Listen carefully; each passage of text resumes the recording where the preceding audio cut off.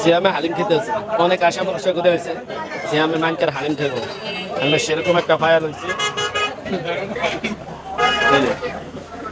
আমাকে মুরব্বী দূরে আছে, আপনার সকলে দেখতে পাইতেছেন। রহমতুল্লাহি ওবরাকাতু। আশা করি আপনার সকলে ভালো আছেন। আলহামদুলিল্লাহ, আল্লাহর রহমতে আমি অনেকটা ভালো আছি। এই ভিডিওটা হচ্ছে আমার আরও 1 বছর আগের। এটা হচ্ছে কোরবানিদের সময় ভিডিওটা।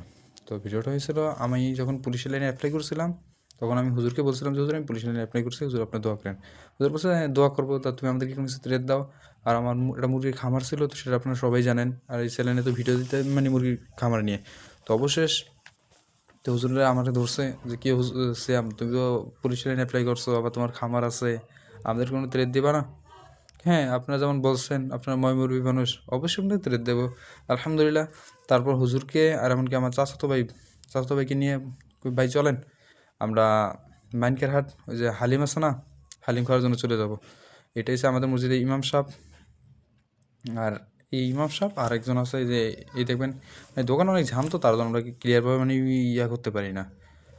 তো মানে হেয়ার পর আছে আমার চাচাতো ভাই আর ছিলাম আমরা মানে তিনজনই বাইকে করে আসছিলাম। আসার পর দেখি ভাই এই জায়গায় এত এত পরিমাণ ঝাম, মানে ঝামের জন্য মানে মানে দোকান তো তিনটা দোকানের ভিতরে একটা দোকানও জায়গা পাই না। অবশেষে আমরা একটা দোকানে জায়গা পাইছিলাম মতন। আলহামদুলিল্লাহ আমরা বসছি, বসার পর মানে জায়গাটা আমাদেরকে দেবে না, বসার পর অনেকক্ষণ মানে ওয়েট করছিলাম, মানে ঘন্টাখানেকের মতো আমরা বসেছিলাম মতন। তো আমরা এক সুরোকে বললাম যে সুরো কেউ আমাদের খাবার দিবেন এখনও?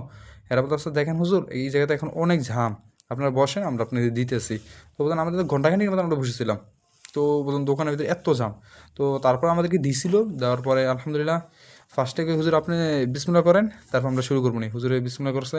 তারপর আমার চাচাতো ভাই যে আছে এই যে আমার পাশে আমার চাচাতো ভাই, তো আমার চাচাতো ভাইয়ের আগে আমি খেয়ে ফেলছি। তো আলহামদুলিল্লাহ মানে সেই দিনটাকে অনেক মিস করি।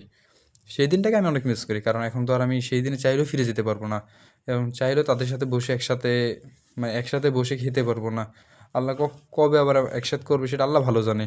তো সকলে দোয়া করবেন যে আমরা আবার কখনো একসাথে হয়ে কোনো জায়গায় যেয়ে ভাইদের সাথে হুজুরদের সাথে যে সবসময় বসে খেতে পারি, মাঝে মাঝে খেতে পারি, ওরকম আমাদেরকে আল্লাহ তৌফিক দান করুক।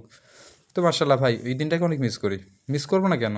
যেমন দেখেন এই যে হুজুরে কীভাবে খাইতে আছে, হুজুরের খাওয়ানটা দেখলেই তো ভালো লাগে, যে হুজুর এক হাতে খাইতেছে এক হাতে টিস্যু নিতেছে, যে আমার খাওয়ানটা মানে আমার কাছে ভালো লাগে, জানি না কার কাছে কিরকম লাগে। তো ভাই অনেকদিন পরে আমি মানে দীর্ঘ অনেকদিন যাবত চ্যানেলে ভিডিও দিচ্ছি না। তো আলহামদুলিল্লাহ দোয়া করবেন, এখন থেকে কন্টিনিউ চেষ্টা করবো মানে চ্যানেলে ভিডিও দেওয়ার জন্য, কারণ এই জায়গায় এখন তো আমি কাজ করি বা এখন আমি ঢাকা কাজ করি। তো আলহামদুলিল্লাহ এই কাজের ফাঁকে যেগুলো ভিডিও পাবো, কোনো জায়গায় মানে কোনো জায়গায় যাইলে দেখি আলহামদুলিল্লাহ আপনাদেরকে ততটুকু পরিমাণ ভিডিও দেওয়ার চেষ্টা করবো। আর সকলে আমার চ্যানেলের পাশে থাকবেন, আমাকে কেউ ভুলে যাবেন না। যদি জীবিত থাকি ইনশাল্লাহ আপনাদেরকে মানে ভিডিও দেবো। আর আপনারা আমার জন্য দোয়া করবেন, যে জায়গায় আছি আল্লাহ যেন আমাকে ধৈর্যশীলদের অন্তর্ভুক্ত করে, আমাকে পরিপূর্ণ হেদায়েত দান করে। আমি আপনাদের জন্য দোয়া করি, আপনাদের যেন আল্লাহ পরিপূর্ণ হেদায়েত দান করে, আপনার দিনের প্রতি অটল থাকতে পারেন। তো আমাদের জন্য দোয়া করবেন। যেমন দেখেন এই যে ভাই গরুর পায়ের ভিতরে যে মজগুলো আছে, ওগুলো খাইতে যে এত মজা লাগে, এই যে হাতের ভাত বাড়ি দিয়া টুস টুস করে ফালাই, আমার ভাইয়ের খাওয়া শেষ, এই তো প্লেট কাছে খেতে